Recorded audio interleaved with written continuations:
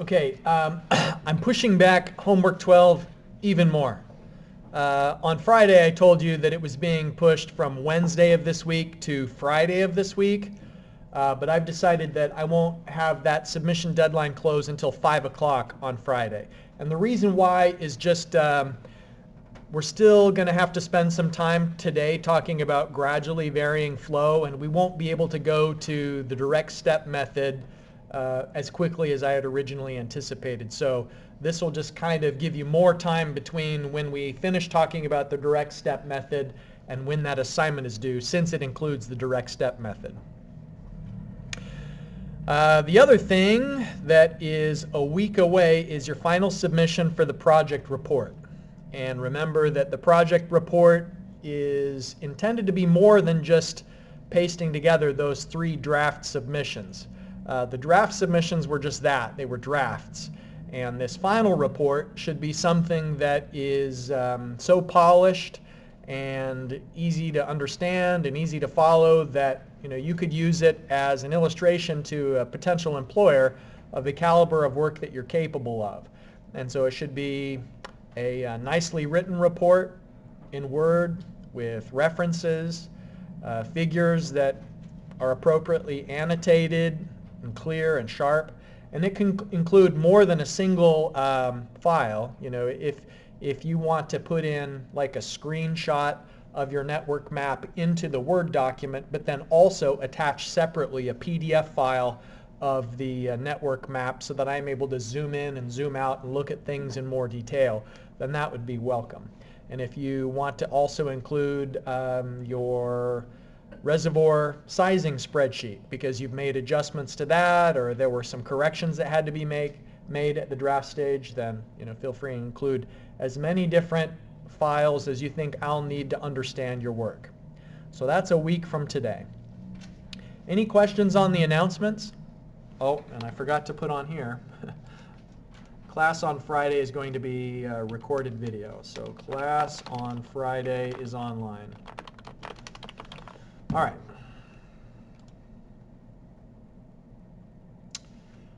Now, this is where we left off last time. Gradually varied flow. In gradually varying flow, the bottom channel slope is not the same as the slope of the water surface, and that is not the same as the slope of the energy grade line. Those 3 slopes are independent because we don't have uniform flow. In uniform flow, those 3 surfaces are parallel. The water surface, the energy grade line, and the channel bottom are all at the same slope if it's uniform flow. But when you have non-uniform flow, meaning that the water is getting deeper downstream or shallower downstream, then those are not parallel. Now, this governing equation is telling us what the water surface is doing at a particular point. And so if we look at the difference between the channel slope and the slope of the energy grade line, then we can tell how the water shape is just at a single point. And that diagram that's on the screen now, this is a good diagram for showing the different components upstream and downstream, like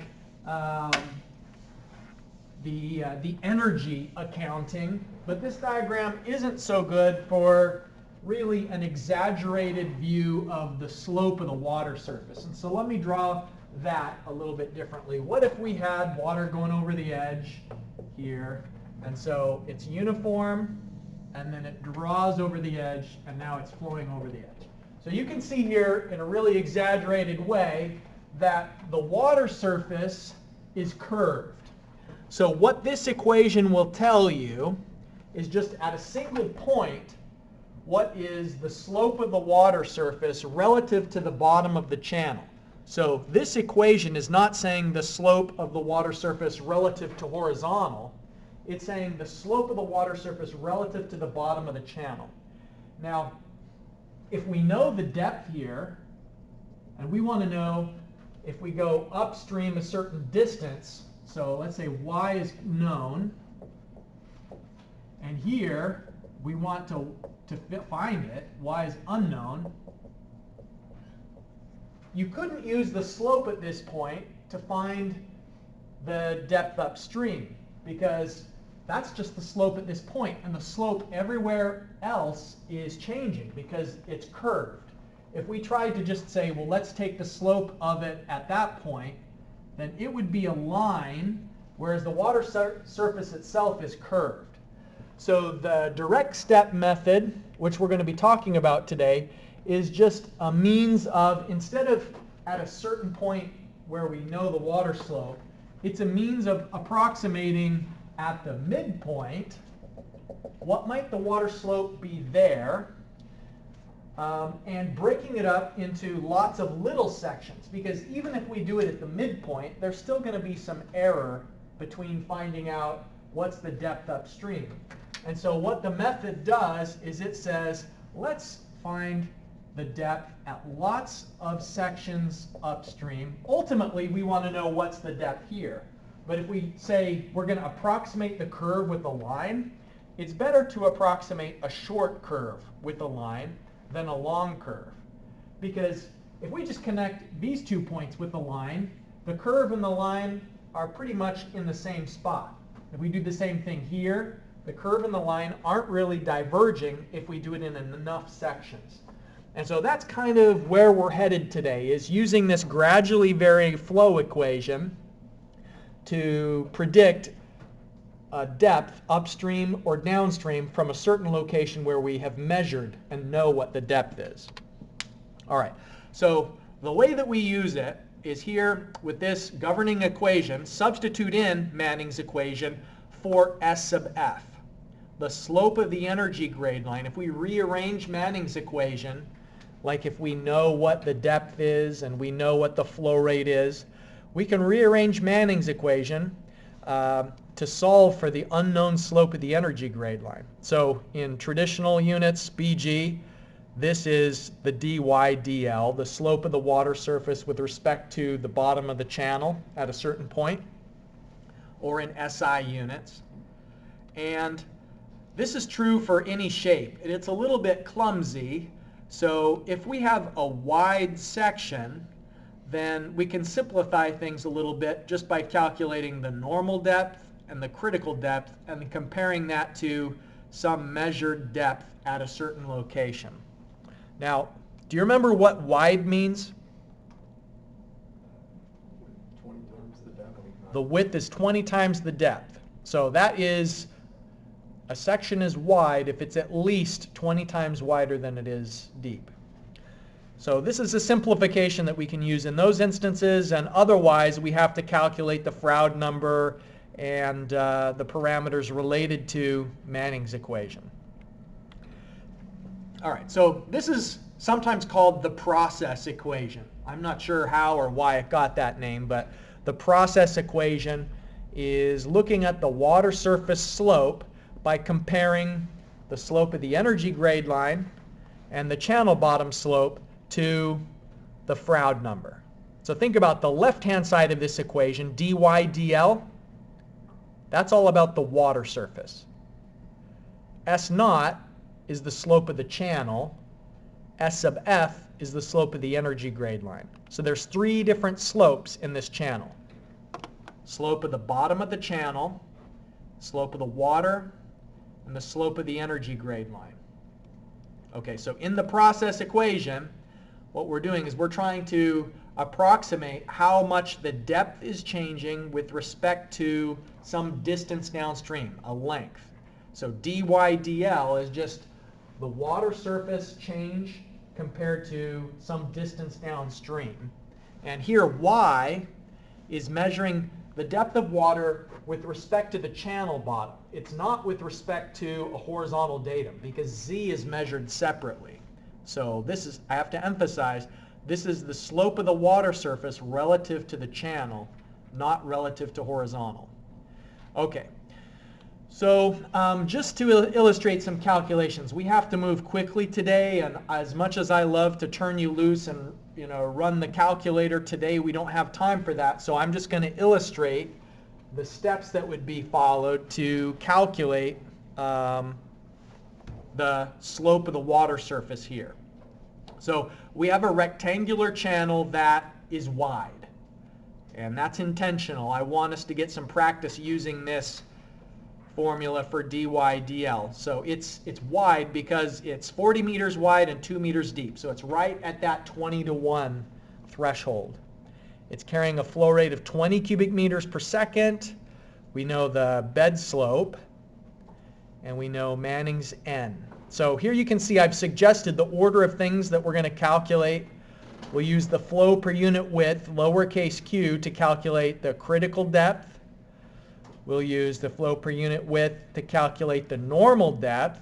And this simplification is only valid for a wide channel. So we have to be cautious and make sure that this is a wide channel to calculate the normal depth this way. And so with yc and yn, then we'll be able to use this wide channel version of calculating dy dl. And then that'll tell us the slope of the water surface at a certain point. And then here in part C, it's asking, what is the water surface slope with respect to horizontal? And so what that's asking is the slope of the water surface with respect to horizontal is you're combining the channel slope and dy dl. Okay, so let me bring up these calculations just to show you the workflow here. And I know that you could do this because in the exam, people did a nice job, for example, of calculating the flow per unit width. You know what that means. Lowercase q is capital Q divided by B. So here we've got a flow per unit width of 0.5 cubic meters per second. And with that, you calculate the critical depth here where, since we're in SI units, G is 9.81 meters per second squared. All right. Now, let's compare the depth at our location we know is 2 meters. At this particular location, the water depth is 2 meters. Critical depth is 0.29. So that tells us that we have subcritical flow at this spot. We can calculate the normal depth, and the normal depth using the simplified version of the equation is 0.912 meters. Okay, now we put this into the process equation. You can see it's going to be the channel slope multiplied by, now in the numerator, 1 minus yn divided by y to the 10/3 power. And then in the denominator, 1 minus yc divided by y to the 3rd power. Okay, and that gives us that the dy dl is 1.39 times 10 to the minus 4th. Okay, so now let's think. That means that as we're going downstream, the flow depth is increasing. So that's positive. That means it's going to be deeper in the downstream direction.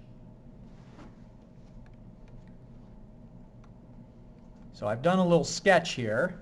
It means at the particular spot that we're at a certain spot where we know the depth of flow is 2 meters.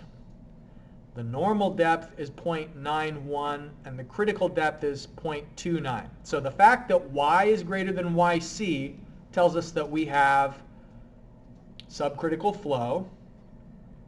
And as we'll talk about in a few minutes, it's also significant that the normal depth is greater than the critical depth.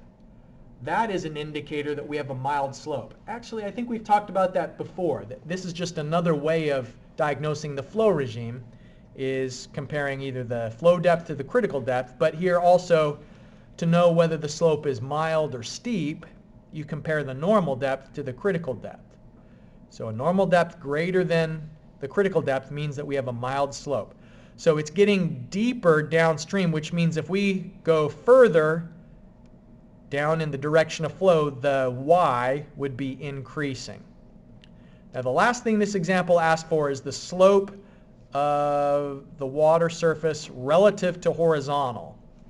And so we have to combine in the slope of the water surface with the channel slope here in part C. So if the dy dl is 1.39 times 10 to the minus 4th, and our channel slope is negative. Now you have to manually put that in. It said that the bed slope is 0.00015 down. Water always flows downhill. But we're in the habit of not really specifying that when it comes to channel slopes. I mean, we don't put negative signs in front of channel slopes because, you know, water is always sloped downhill. It's only now when we're combining together dy dl and s naught that we specify that this is negative. Sometimes dy dl will be positive, sometimes dy dl will be negative, but s naught will always be negative. Okay, so here in this instance, we have a positive dy dl, but it's not as big as the downhill channel slope. So the slope of the water surface, negative 1.1 times 10 to the minus fifth. So the water is getting deeper downstream, but the water wouldn't be flowing in the downstream direction if the water surface wasn't lower downstream on an absolute basis. Let me see if I could sketch that out, like what that looks like on the whiteboard. So we've got a mild slope. So here's our channel slope. I should have exaggerated how steep that is, just to maybe make it easier to visualize. Okay, so we've got the water's going downhill, and maybe that's too subtle. I can make it steeper than that. Okay, you can see that y2 is deeper than y1, right? So the water is getting deeper in the downstream direction, but compared to horizontal, here's our horizontal datum.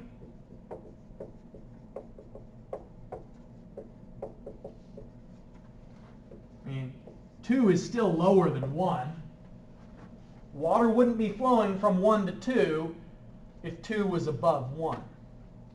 Okay, so, I mean, this all matches up with logic. You know, water is flowing downhill, but it is getting deeper.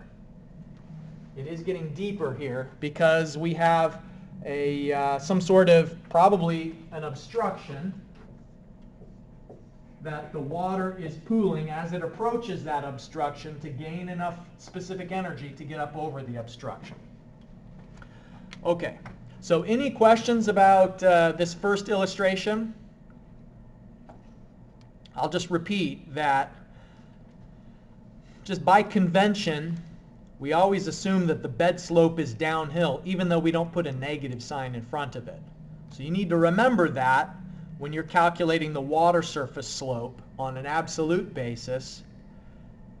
The bed slope is negative, and dy dl, sometimes it'll be negative, sometimes it'll be positive. So we had, at our location, a positive water surface slope. dy dl was positive, meaning it's getting deeper downstream. It is also possible to have a negative water surface slope if we had that case of, you know, the water going over the edge. So here, as the water's going over the edge, dy dl is negative because it's getting shallower as you move downstream. And so then you would have a negative water surface slope and a negative channel bed slope. All right.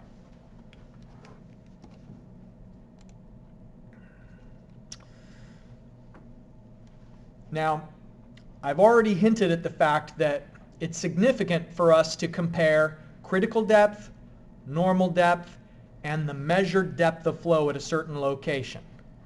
Those three depths will define what kind of a water surface profile you have. And this was my least favorite part of hydraulics when I was a student, is memorizing these water surface profile classifications. I like it more now that I understand why the water does it. It just seemed arbitrary to me when I was a student, because we looked at these water surface profiles in the absence of a hydraulic structure or explanation that would illustrate why the water's doing what it is doing. So just to jump ahead a bit, when I was a student, we looked at these curves like this to try and memorize, do you have an M1 profile, an M2 profile, but there are also explanations for the types of things that will cause that. So I'm going to show you both. I'm going to show you the kind of figures that I saw when I was a student, just so you know about these different designations, and then we'll also take a look at some of the features that cause these designations. Okay, so that's just a hint of the look ahead, is that we need to compare the normal depth, the critical depth, and the flow depth at a certain location to classify both the flow regime, meaning do we have supercritical flow or subcritical flow, but also we want to know how does the flow depth compare to the normal depth and the critical depth. And so when you classify the flow, it's useful to help you diagnose the cause of why the water depth is varying, and also it'll help you to predict, even without calculating. If you just know the depth compared to the critical and the normal, you'll still be able to predict on an absolute basis whether the water is getting shallower or deeper downstream relative to the channel bed. Okay, so the first thing that we classify in these profile types is the slope of the bed. And a mild slope is when you've got the normal depth greater than the critical depth. By definition, that's what would make a mild slope. And so what we're saying here is that the slope of the channel is less than the critical slope. A steep slope is one where the normal depth is less than the critical depth, meaning that the slope channel, the slope of the channel is greater than the critical slope. A critical channel is one where it's just right at that perfect slope, that the channel is at the critical slope, so that the critical depth and the normal depth are the same thing. There's not two different depths, they're right on top of each other. Of course, a horizontal slope would be one where the channel doesn't have any downward trajectory to it. It's basically just a flat spot or a lake or something. And then adverse slope means that the water is meant to flow uphill over just some small period. So we see adverse slopes. Maybe you could have one downstream of a flume, or in a water park there could be an adverse slope. What we're doing here is just calculating the normal depth with Manning's equation, calculating the critical depth either with our simplification of lowercase q squared divided by g to the 1/3 power if it's a rectangular channel, or calculating the critical slope by solving for the Froude number, set it equal to 1, and finding out the depth. So the first step of classifying the water surface profile is it M, S, C, H, or A. So the letter that's going to be in these profile types has to do with the slope and whether it supports mild flow or supercritical flow. The next part of it is the measured depth at a certain location. Is it greater than both the normal and critical depth? So that's zone 1, when the measured depth that you've got is greater than both of those other two. Zone 3 is when your depth is less than either the critical depth or the normal depth. And then zone 2 is when you're between them. Now here where it says Y naught or YC, when you've got a mild slope, Y naught is above YC. If you've got a steep slope, YC is above Y naught. So that's why it says or, is because they mean for this zone classification figure to be applicable both to a mild slope and a steep slope. But here, if we go back to this, on the mild slope, it's the normal depth that's on top. On the steep slope, it's the critical depth that's on top. So that's why it says or here. So zone 1 is above both of them, zone 2 is in the middle, zone 3 is beneath both of them.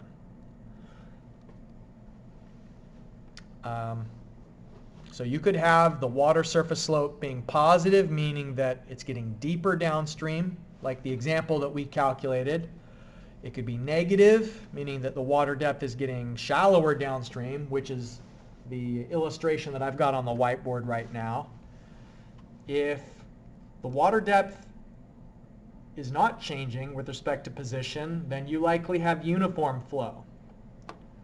And then if you have a free overfall right at the edge of a free overfall, then the slope of the water surface is negative infinity. Okay. So an M1 profile is a mild slope and the water depth is in zone 1. S1 profile, the actual observed water depth is greater than both the critical and the normal depth. And so then you can see that there is both an M2 and an S2, an M3 and an S3, and that for each of them the water depth is either increasing or decreasing in the direction of flow. So for an M1 profile, it will always be increasing its depth in the direction of flow. An M2 profile is always decreasing. So you could never have an M2 profile that would be deeper downstream than it is at a certain location. It's always going to be shallower downstream if it is an M2 profile.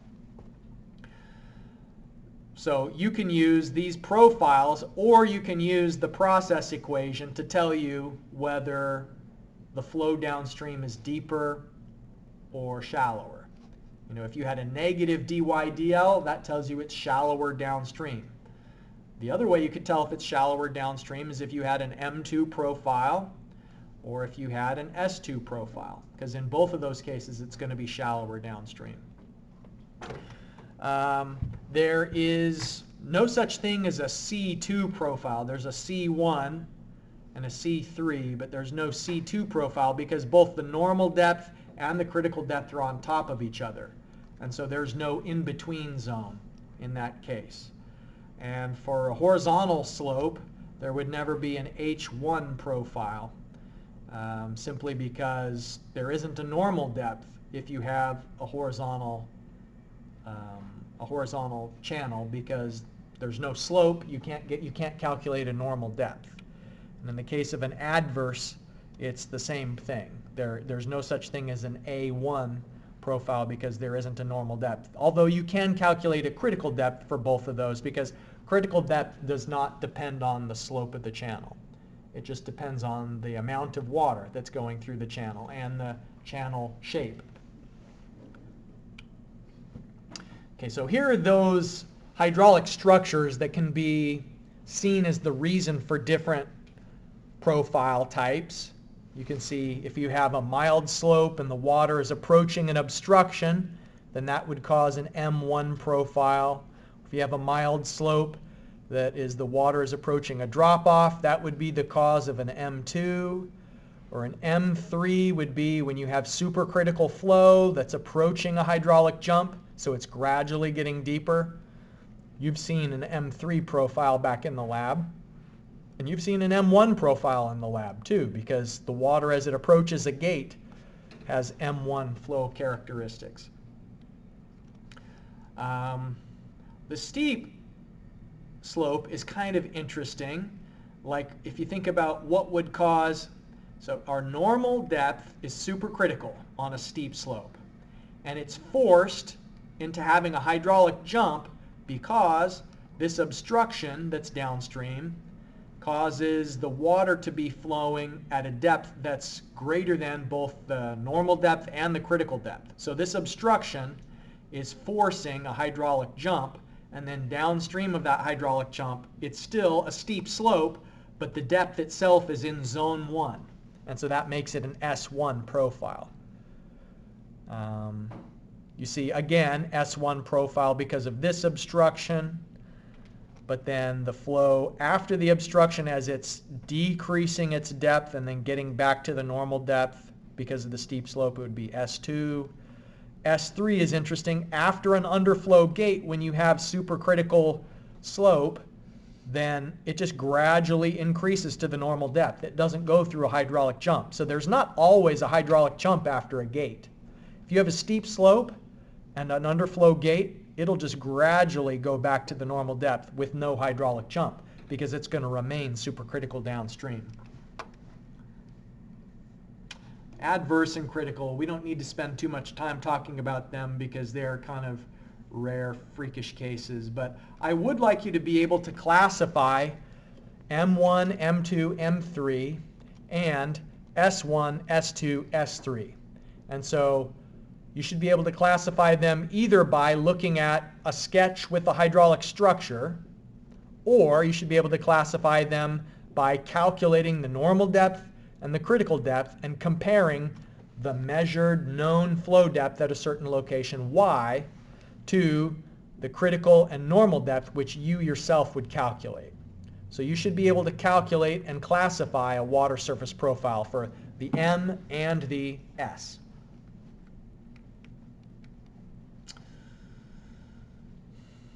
Other ways of looking at the same thing, remember that there's two depths that divide into three zones. Zone 1 at the top, Zone 2 in the middle, Zone 3 at the bottom. In the case of mild slope, the normal depth is greater than the critical depth. And then that's reversed on the steep slope. Steep slope, that's a really steep slope. Critical depth is up on top, normal depth on bottom. And that divides it into the three zones. Okay, so another one of these illustrations that I'm going to go through just showing you my calculations so that we can get to the direct step method with the remaining time that we've got. Let's classify the water surface profile if we know that we have some rectangular channel that's 8.5 meters wide.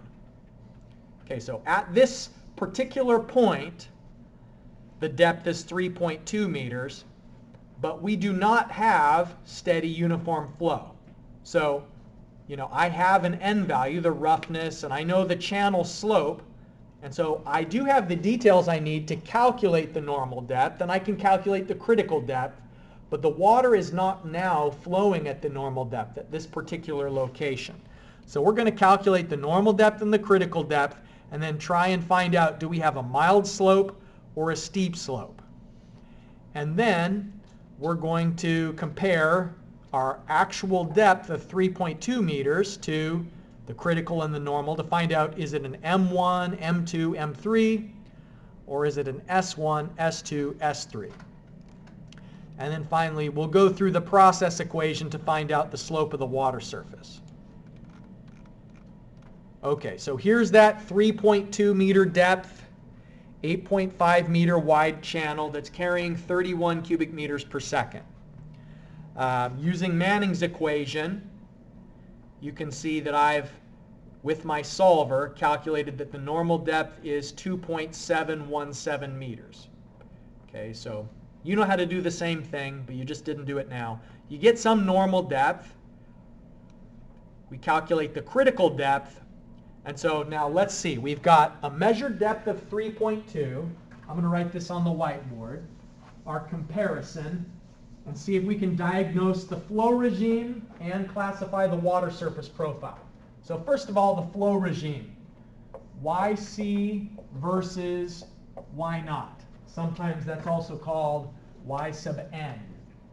Okay, so our Y sub c, our critical depth, is 1.107 meters, and our normal depth, 2.717 meters. When Yn is greater than Yc, then we've got subcritical flow under steady uniform flow conditions. So in other words, it's a mild slope. So this is going to be an M profile.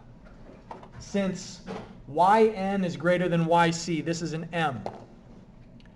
Now, since the normal depth is greater than either of them, then that means, let me draw our three zones. Okay, so we've got, here is the critical depth, Yc. Here's the normal depth, Y naught, Y sub n, and then our actual flow depth, Y. So it's greater than both normal depth and critical depth. So we're in zone 1. So this is an M1 because Y is greater than Yn, which is greater than Yc. So that is the definition of an M1. When the flow depth is greater than the normal depth and the normal depth is greater than critical depth. Okay, so this is an M1 profile.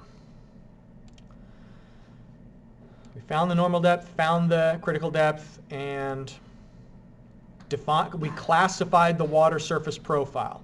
So if we just looked at these figures, we are in an M1 profile. That tells us dy dx should be positive. Okay, well, let's see for ourselves if that's true. According to this, we should have a positive dy dx. So we can find S sub f, slope of the energy grade line, using Manning's equation. Okay, so the slope of the energy grade line using Manning's equation, 0.000634.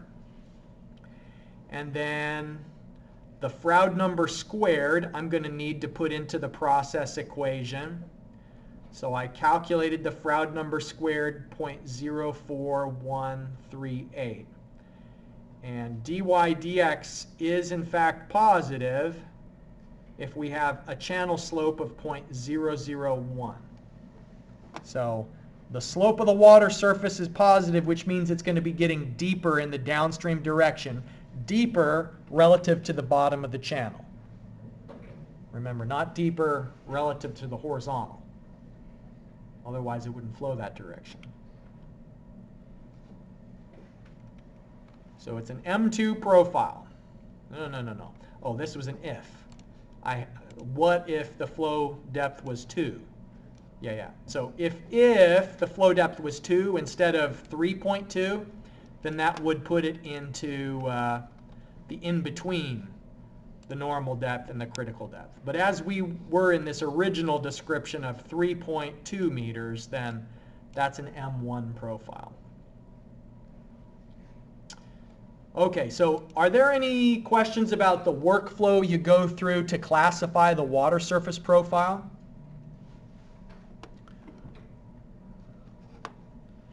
You use solver to find the normal depth? Yeah, just because I knew the Q and I knew the width of the channel, but I didn't know y sub n. So it was in multiple locations here, so I used solver. Couldn't you just use the equation? What do you mean? You had an equation for normal depth. It was Oh, yeah, okay. I'm glad you asked because I didn't emphasize the warning strongly enough. This one, that equation, this equation only works if it's a wide channel. for wide. Yep, and we do not have a wide channel in this example. Its width is 8.5 for a depth of 3.2. So if we use that, let's see what that other equation would give us. And I'll show you why we shouldn't use it in a case like this. And this is time well spent, even though we're in a rush, because somebody in here probably is going to use this formula on the final. I'm going to be so sorry when they do, because if you misuse this formula, you don't get the right normal depth. All right, so in our example, we do have a flow per unit width, y sub n, wide only. Okay, so the wide only normal depth is flow per unit width times n divided by the slope of the channel to the 1/2, and we take that to the 3/2 power. Okay, in our example, where the channel is not wide, our depth is flow per unit width. Okay, so lowercase q is 31 cubic meters per second, and the width of the channel is 8.5. So if I can have your calculating assistance here, just to verify and make sure that we all get the same stuff. 31 divided by 8.5. Okay, I get 3.647. Is that right? Okay, so now let's put that in. 3.647 meters squared times the n value here, 0.033. And the slope of our channel, 0.001 to the 1/2 power, and then all of that to the 3/2 power. Okay, so this wide channel version of Manning's equation suggests that the normal depth should be, just doing the calculations here, to the 3/2 power. It says it should be the normal depth 2.23 meters. Did you get that? And actually, boy, I hope it's wrong, just so it's a good illustration that you shouldn't do it that way. Yeah, the actual normal depth, 2.717 meters. Like, why doesn't it work? Well, remember that the wide assumption is ignoring the sides in the wetted perimeter. So here, like, the side length is pretty important fraction of the wetted perimeter. We've only got 8.5 meters wide, but then 3.2 here and another 3.2 there. So if you ignore the flow resistance that comes from the two edges, then you're ignoring a lot of flow resistance. Whereas if it's a really wide channel, most of the wetted perimeter is at the bottom if it's really wide. It's okay to forget about this little side length when you're calculating the wetted perimeter if it's really wide. But here, it's just not wide enough for us to ignore the flow resistance from that side element. So we have to be awfully cautious about when we use this tempting little formula, because you wouldn't have to use the solver otherwise. Thank you for that good question. Are there other questions? All right. Now, you can physically measure the depth of water at certain locations with instrumentation.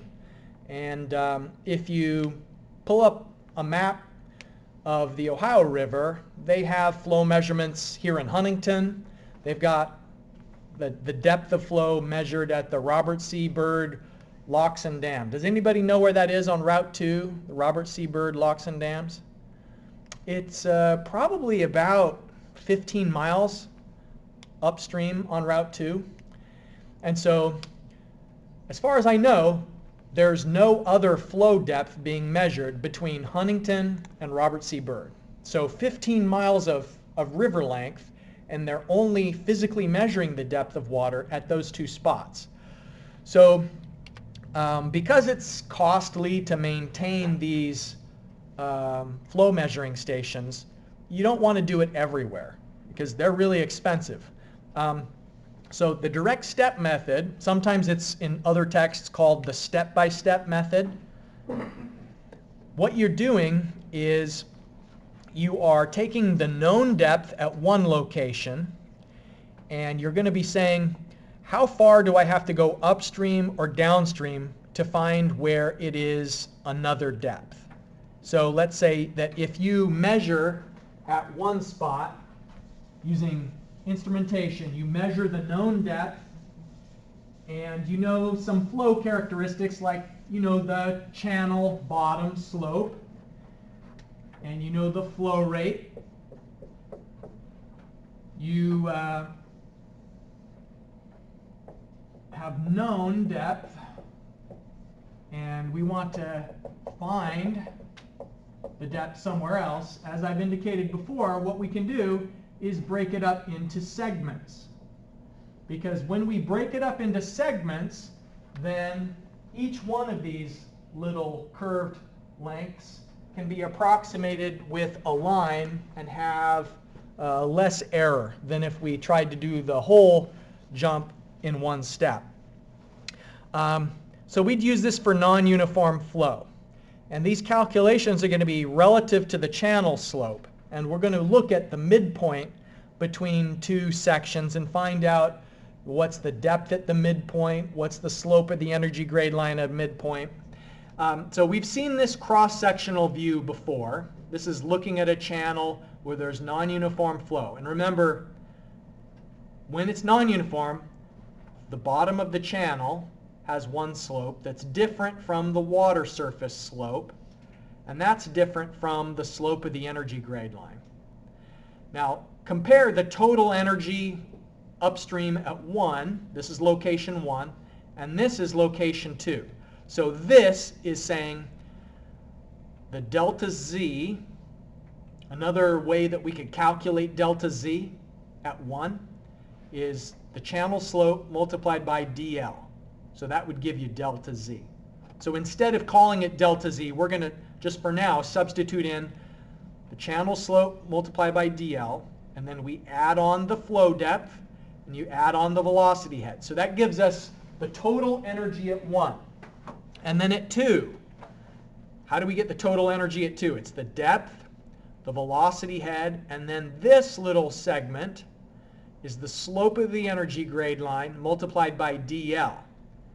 So I called this delta z just a moment ago. This is the head loss. So this is how much energy is lost as the water goes downstream. But we're not going to call it like H sub f or head loss in this formula. We're going to keep referring to it in terms of the slope of the energy grade line. And why? It's because we can estimate the slope of the energy grade line using Manning's equation. We have a tool for that. These two slopes aren't equal to each other because it's non-uniform flow.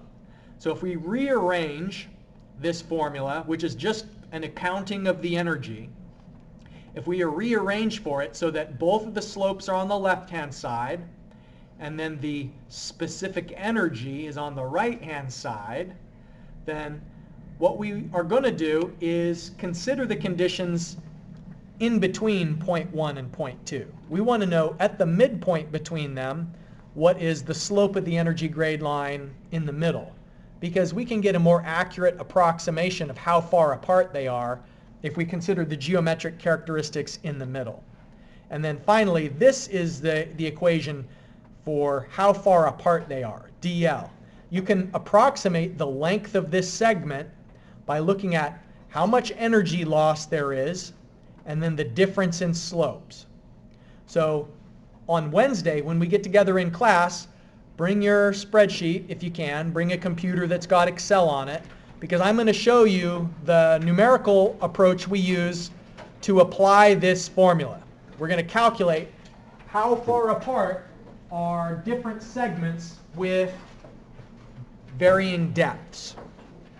Okay, that's it for today. Thank you very much. I'll see you on Wednesday.